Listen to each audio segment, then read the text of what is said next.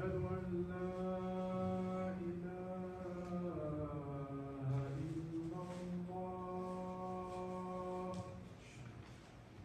أشهد أن لا إله إلا الله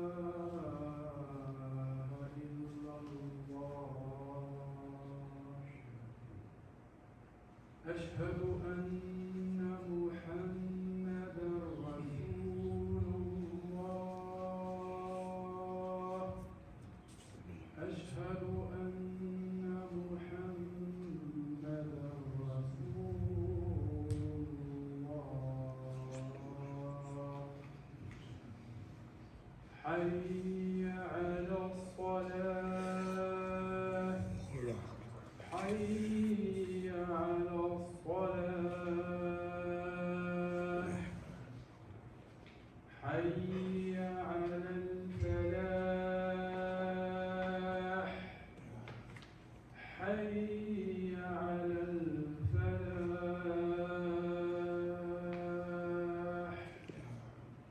الله أكبر الله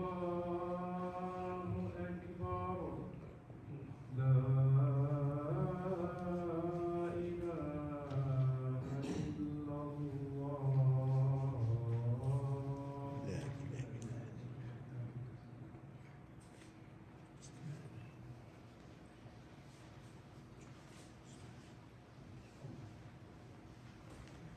السلام عليكم ورحمة الله وبركاته.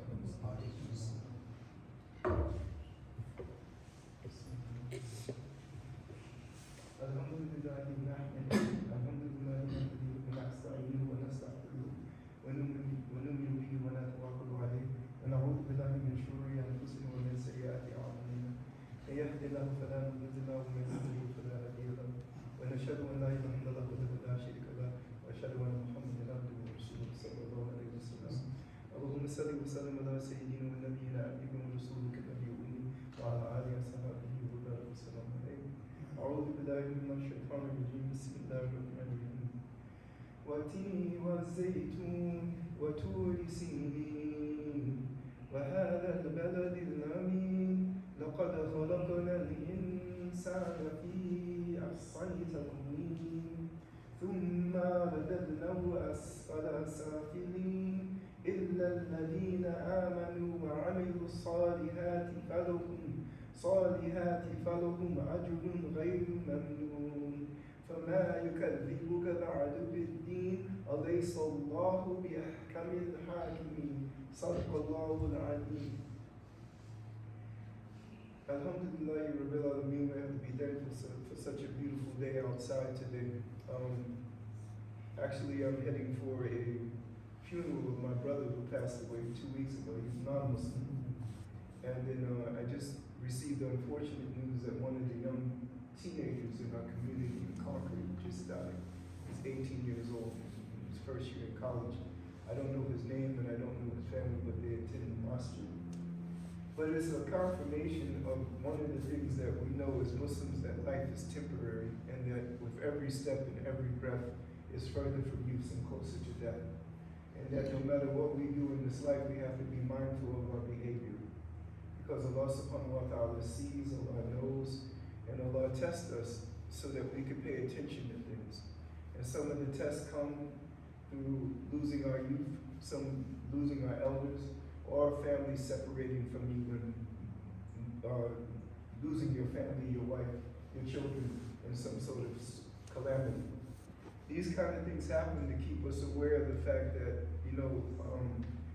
life is a torrent and that Allah has absolute control over everything and that we still have to pay attention to the final goal. And the final goal is, from Allah we come, to Allah we return. But it's not how we return to Allah, it's how we lived. Did we live on the Sunnah of Rasulullah sallallahu alaihi wasallam? Did we live in accordance with the guidance given by Allah? Did we live in accordance with the right attitude that we should have? Were we muttaqi? Were we mu'min? Were we believers? Did we have ikhlas? Did we engage with our Muslim brothers and sisters in a way that is sanctioned and honored and respected by the way that Rasulullah sallallahu alaihi wasallam did things? And even with our youth, our youth in our communities, are we instilling in our youth the kind of mindset that makes them noble, that they will stand up against wrong and they will stand for right, even if it's against their father, their mothers, their sisters, their brothers, and their friends. And we don't have character building in the society. We have a society that has taken away character. When I say character, it's better to have character than to be a character. And Rasulullah sallallahu alaihi wasallam had the greatest character. Allah says, Uswatun Hasanatun. Rasulullah's character was the most beautiful character. And when you're around people who are characters or caricatures or idiots, idiots on every level, that people who interpret life from their own personal opinions, people who interpret what they want to do and they think that they know better than Allah. And you have people who have suffered, and mankind has suffered from these kind of people who end up becoming charismatic leaders because of the lack of knowledge, of true knowledge. And when I say that when you talk about Karl Marx and Lenin and the impact that Karl Marx and Lenin had on Mao Zedong, and Mao Zedong destroyed 125,000 masjids in China and arrested and genocided 100,000 Muslims, actually more than that. Maybe 10 million Muslims were killed during the Cultural Revolution. Thousands of masjids were destroyed in the name of dialectical materialism, in the name of what could be considered a God complex. So this God complex we know that we see here in the United States, in this country here, and they always did this propaganda cliche, and it actually started at the Munich event in the Olympics when the Lebanese army, when the PLO or the people associated with PLO attacked the Olympic people in the 1970s, and that started the propaganda of Muslim terrorists in the media, in literature, on the college campuses, and this kind of craziness, this idea that Islam spread with the sword, or Islam is an oppressive religion. This propaganda or this falsehood was really started here in the West in the early 70s. And all the way up until now, we're still fighting the cliches of ignorance, that Islam spread to Africa with a sword. The only religion, and I hate to say I used to be that religion, the only religion that spread with the sword is Christianity. In the United States of America, there were over 200 million Native Americans, and 100 million of them were slaughtered. And they were slaughtered in the name of the cross. Massachusetts, Oconee County, 70% of all of the states across the United States are named after our Native American names. Chicago, Mississippi, Arizona, Tennessee, all Native Americans.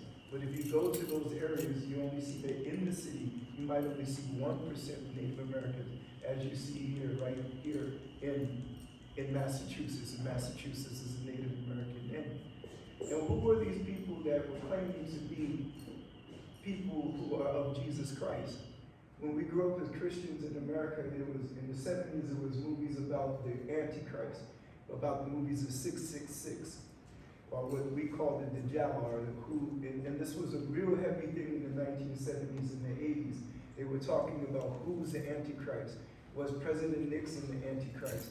Was Gaddafi the Antichrist? Every new Muslim terrorist that they claimed was supposed to be the Antichrist, and after the Antichrist, Jesus was coming. Because we know that the only one who could kill the real Antichrist, as Rasulullah sallallahu alaihi wasallam mentioned, the Dajjal, is that Hazrat Isa alayhi salam would kill the Antichrist. But if you want to be figurative or you want to talk literally, who was the Antichrist? These people who came to this country in the name of the cross and destroyed the Native American culture, cut their hair, broke their drums, broke their songs, forbade them from saying their languages. These were Christian missionaries. And in Canada and here in the United States, they are finding children buried under these reform schools where they're reforming Native American children not to speak their language, cut their hair, forcing them to practice Christianity. And the women that were doing it were dressed like nuns, and these were priests. They were molesting, abusing, and killing these children. And all this evidence is coming up. And these people did it in the name of Jesus Christ. but in actuality, they were the Antichrist. The same thing with the transatlantic slave trade. They went into Africa, the missionaries came, propagating Christianity, then the merchants came, and then the mercenaries came. And in the transatlantic slave trade, over 100 million African people were brought on the slave trade. 65% of those on that slave trade were Muslim. 65%. And most of them were in the areas of people called Gullah people or Gullah Geechee. It's no longer many of them, but all along from North Carolina all the way down to Florida, some of them were practicing Islam, and some of them were scholars. And one of the scholars was Muhammad Sully Bilali. And Sully Bilali and Muhammad Bilali on another island about 2 hours or an hour away, they mixed and married. And one of them rewrote a fiqh book that was from El Kalawi in Tunisia, and that fiqh book is on display at the University of Georgia. But the Muslims that survived and kept their religion, they practiced their religion and they held on to it against all odds. In many cases, some places, the slave, the plantation owner let them practice. The others, they cut off their hands, they forbid them to make salat, they forced them to eat pork, and all this in the name of the cross, or the name of Jesus. And this was done, and this is really, when you talk about the Antichrist, and you talk about scientific idiots like Elon Musk, he's talking about making 1 billion robots, and he's talking about populating Mars. And you know, Allah says in the Holy Quran, they say, well, we only want to make peace, but in reality, they make mischief, and they realize it not. They say, we want to make peace on earth, but they make atomic bombs that can kill people in 10 seconds. 10,000 people were killed in 10 seconds in Hiroshima and Nagasaki in the name of peace. And now they've unleashed a situation with atomic weapons. Well, you know, they show this movie about Oppenheimer and all these people messing with things, and because of this, what you could say is a God complex. We don't have God complexes as Muslims. We realize that Allah is the creator of the heavens and the earth. We realize who's in control. And we realize what we have to do to maintain our life, because we know that this life is temporary. This is a physical place, and those people who try to play God, they end up causing more mischief and death.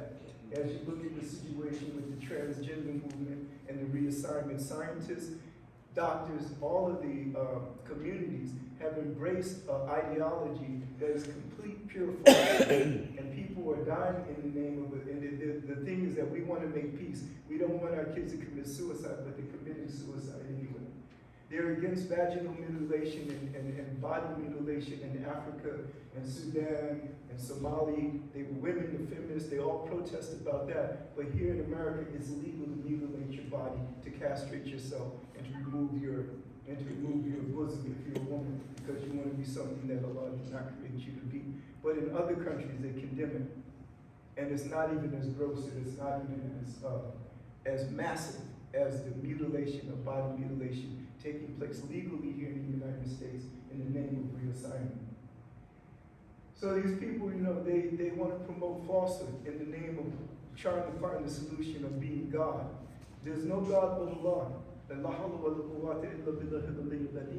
Allah is in control of everything in the universe, from an ant to an elephant, from a cell to the celestial bodies. Allah is in control. And if you think that you're going to populate a planet that Allah did not create to be populated by human beings, and that you want to leave here and leave the earth, wreck the earth, you know, we have problems with global warming. You know, our Muslim brothers and sisters are suffering earthquakes, tidal waves, whole cities in Libya are being pulled into the seas because of the people, in the name of progress, in the name of science, they are actually destroying the earth instead of healing the earth. People are dying in the name of falsehood, in the name of an idea that they know better what to do with their bodies than what Allah has created our bodies to do, the way Allah wanted us to do it. So as we live our lives, we have to think about the things that Allah subhanahu wa ta'ala has given us to do in this world. And one of the things that I encourage the brothers and sisters in all the communities is to give dawah. There are people who are walking around who are basically, you could say, very intelligent people who would be Imani, people who would have strong iman, strong faith, and they have strong knowledge, and they have strong academic abilities, but they're talking about suicide, they're doing drugs, they're dying from what they call this crazy opioid crisis. And you have to be very careful about playing into the neo arguments. This opioid crisis, and the term opioid crisis, is a new game, meaning that in the 1970s and the 80s and 90s, there was no such thing as opioid crisis. It was criminalized. And that's how the prison industry that focused on arresting, putting a majority of African American males and Latinos in jail in the United States because they criminalized drug addiction. And now they've socialized it, so it's an epidemic. Before it was a crime. And this was done under the Clinton administration, and they built this big industrial prison industry that is still making a profit today in the name of doing the right thing. So that's why when we as Muslims hear somebody say, well, we want to make peace, they really want to make mischief. They want to get rid of Gaddafi. Well, you go to Africa and you speak to many of the African people. I was there, and people were crying because in Mali, in Senegal, and other places, the brother was building hospitals, roads, and many others. I don't know what the political situation is, but I know that he was not the enemy that America saw him as, nor was he the enemy to Nelson Mandela. Nelson Mandela said they helped him in so many ways that the United States and other people did not assist.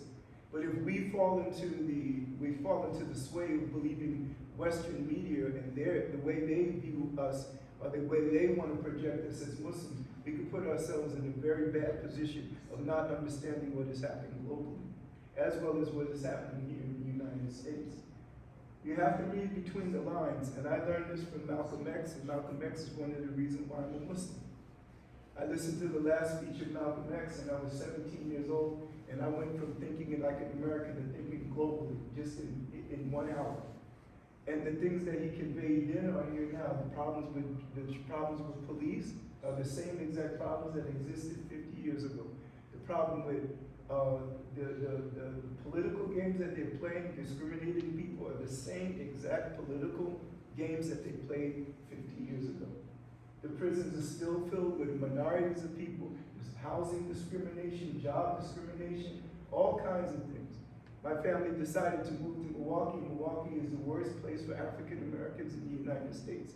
The same computer engineer who is one color gets paid $75,000 a year, and if he's brown skin, he gets paid $35,000. So these kind of things that Allah clearly is the best to create an argument, and we know that in Surah Luqman, Allah says that had Allah created the heavens and the earth in accordance with man's opinions and views and feelings, the heavens and the earth and all beings therein would be in confusion and corruption. So you have to rely upon reading the word of Allah, looking between the lines of what's going on in the society, so that you don't fall into the game. I've unfortunately heard some Muslims talk about reassignment or people suffering, and this whole idea of what they call gender dysphoria. And I argue this here in the church, I argue with Christian ministers, and I talk with Christians who are completely against it. This idea of gender dysphoria, these scientific terms, it goes back to even what they use. They call it scientific racism. They use that to say, even Abraham Lincoln, he created what was called the Sanitation Commission. You can read this. Abraham Lincoln, who supposedly was responsible for freeing enslaved people, he came up with an idea to create the Sanitation Commission. And that Sanitation Commission was to figure out why black people could run so fast, climb trees so well, and were so strong. This is basically scientific racism. And the same sort of thing you have with this crazy term, gender dysphoria, that you have a dysphoria about your gender. So what about if I had a skin dysphoria and I wasn't satisfied with that? Should I commit suicide because I'm black, or Latino, or Asian? Or should I bleach my skin like Michael Jackson and destroy the thing that Allah, the beautiful young man that man was, he destroyed himself. And so the idea of gender dysphoria is completely the opposite of a term that we know as Muslims called rida. Rida. We are satisfied with Allah's decree, or we have to be. You go through changes, it hurts, but you realize that in the end, you have to have rida. You have to be pleased with the decree of Allah in your life, because it could be worse, and Allah could make it worse. And that's why the Holy Last Messenger, sallallahu alayhi wa sallam, he said many, many times, if you think your situation is bad, then look at someone whose situation is worse than yours. And I remember being told a story about Hazrat Isa alayhi salam, that one time he was walking and he had a bowl in his hand, and then he would use that bowl to eat out of, and then he saw a person drinking from the river with their hand, and he gave that person a bowl. So that we would know that, Rasulullah sallallahu alaihi wasallam, he woke up in the morning, he'd go to sleep at night with wealth and gifts that people gave him. And then Hazrat Aisha radiallahu ta'ala anha said that he would go in the middle of the night searching for somebody to give a coin to. He wouldn't even sleep with a coin in his house. So we have always, Allah is going to bring something up. We have genocide in Kashmir, in Chechnya, in Bosnia, in the Rohingya, in Burma. And then we have earthquakes, we have wars, we have the situation in Syria and Turkey that just happened a year and a half ago. What are we supposed to do as a people who Allah subhanahu wa ta'ala gives wealth and wisdom and knowledge and academic skills? Sit on our hands and go back and look at TV and look at potato chips, eat roti or eat fried chicken and sit back and relax? No. If we want to do something that's going to elevate ourselves, and we want to do something that's going to cause us to realize how valuable we are as Muslims to the earth, we have to elevate ourselves and also be constantly active in developing a society. A Muslim society. I hear the brothers call these society, but some of us, or very few of us, are really the societies. We come, we make salat, we leave, and some brothers and sisters from different countries, they're so busy chasing the dollar. They're so busy trying to make money, or they have a big house in Africa, or Morocco, or Pakistan, or India, and they're sending that there and building their big empire, but they come here. I received a story from one of my brothers from African country, Ghana. I'm not going to pull any punches. He said, I saw his house. He has 12 bedrooms, and I said, so what are you coming here for? Well, I need a little bit more money. And he said, well, you see, my friend, he has a 20-size house. I said, but he stays here. And I said, okay, I don't get it. So what am I doing in the villages trying to feed people or build clinics and hospitals? And you guys are coming here and making money. So, there's a balance, sure. You want to build your wealth, you want to do that, but okay, to what end? In the end, to what end? You can't take it to the grave. Your soul, your ghost is not going to float around 12 bedrooms, 20 bedrooms, a mansion, anything. But your sadaqat jariyah will. When you go to the mosque and people make the salat, and you built a masjid, you get the reward. As you brothers build this community, and it's built and people pray, every person comes in the community that you built, you get the reward. Every person that walks into the clinic you built, you get the reward. Every child that studies Quran in madrasa, you get a part of that reward in the next life. It comes right to your grave. It meets you in barzakh if you're in Iliyin, and it may relieve your suffering if you're in Sijin. So we have, as Muslims, we have the reality. I didn't have a full thing to prepare, but sometimes Allah subhanahu wa ta'ala gives us tests and trials in our life to cause us to sober up a little bit. And then when we hear of a young man, 18 years old, passing away, I don't know the cause. And then of course, I know how my brother lived.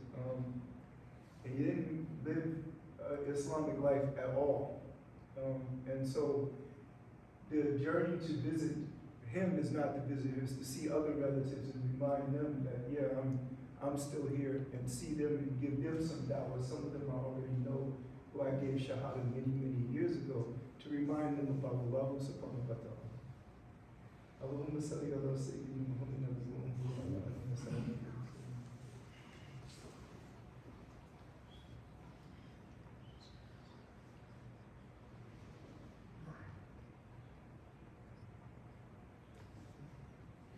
So I'd just like to read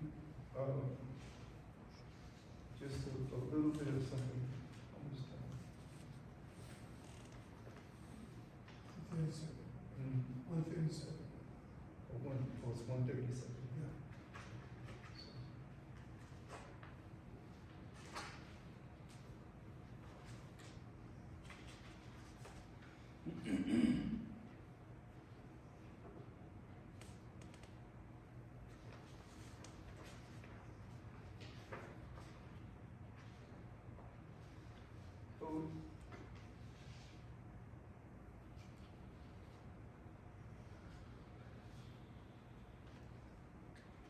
So I asked, like today, just to talk, to conclude, is that we've been created to worship and serve Allah. We were created to, for us, for brothers and sisters who, I was born here, I was raised here, part of my family's Native American, part of my family's African American, kind of mixed.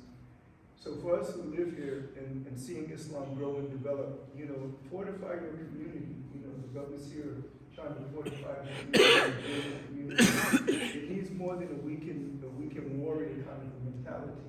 It needs constant collectivity, constant collaboration, meeting, and being able to come together and come up with a strategy. But you're not going to come up with any kind of strategy without a sacrifice. And I'll tell you that. I'll share something with you. In New York City, in Brooklyn, New York, we had a mosque called Yasin Mosque.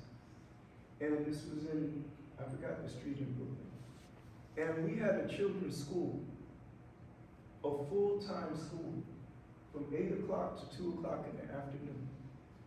And you know how much the teachers got paid? My wife was she was a teenager, but she was 19, married young, 19, 21 years old. They got $25 a month. And they were teaching the kids themselves. They sacrificed, the ladies sacrificed, and that's how much they did. The school went on for 3 years.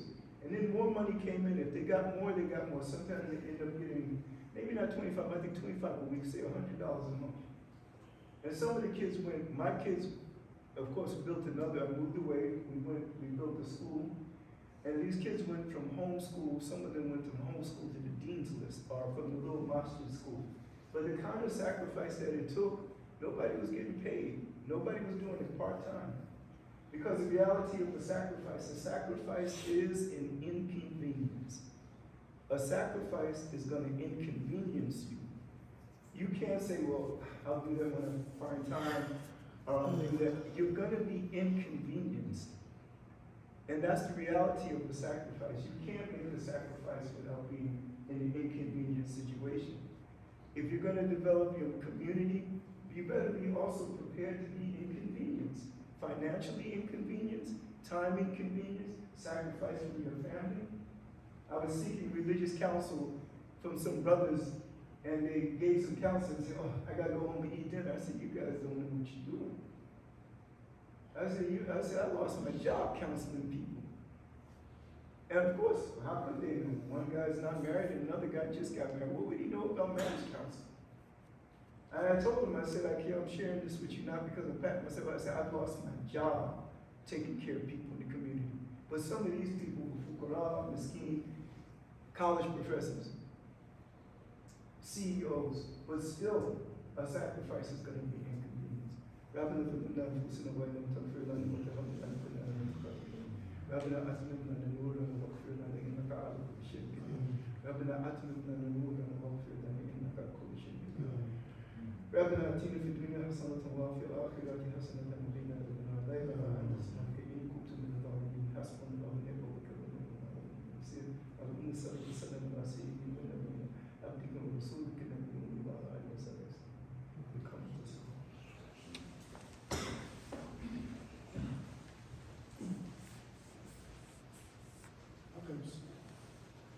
الله أكبر الله أكبر أشهد أن لا إله إلا الله أشهد أن محمدا رسول الله حي على الصلاة حي على الفلاح قد قامت الصلاة الله أكبر الله أكبر لا إله إلا الله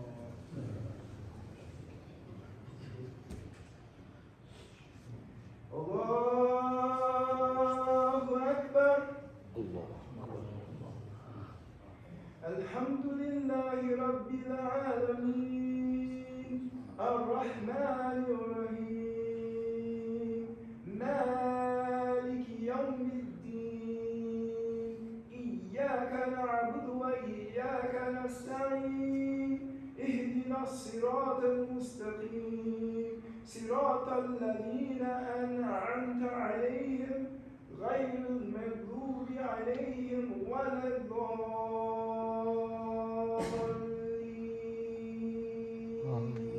آمين. ألهاكم التكاثر حتى زرتم المقابر كلا سوف تعلمون ثم كلا سوف تعلمون كلا لو تعلمون علم اليقين لترون الجحيم ثم لترونها عين اليقين ثم لتسألون يومئذ عن النعيم الله أكبر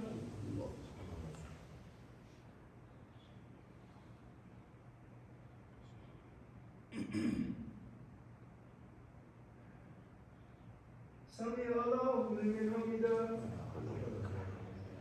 الله أكبر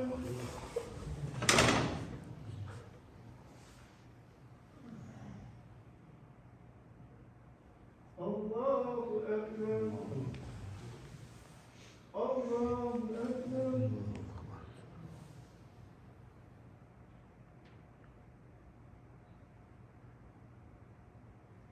الله أكبر الحمد لله رب العالمين الرحمن الرحيم مالك يوم الدين إياك نعبد وإياك نستعين اهدنا الصراط المستقيم صراط الذين أنعمت عليهم غير المغضوب عليهم ولا الضالين آمين. ألم تر كيف فعل ربك بأصحاب الفيل ألم يجعل كيدهم في تضليل وأرسل عليهم طيرا أبابيل ترميهم بحجارة من سجيل فجعلهم كعصف مأكول الله أكبر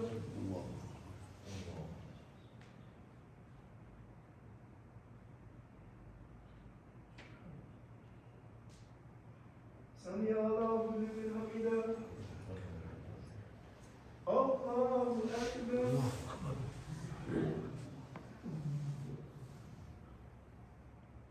الله أكبر الله أكبر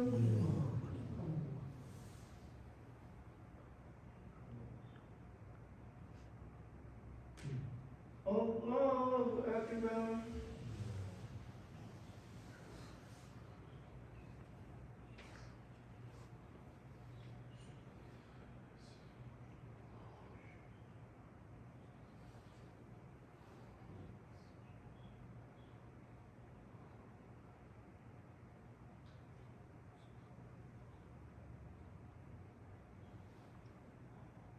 السلام عليكم ورحمة الله السلام عليكم ورحمة الله السلام عليكم ورحمة الله وبركاته. السلام عليكم.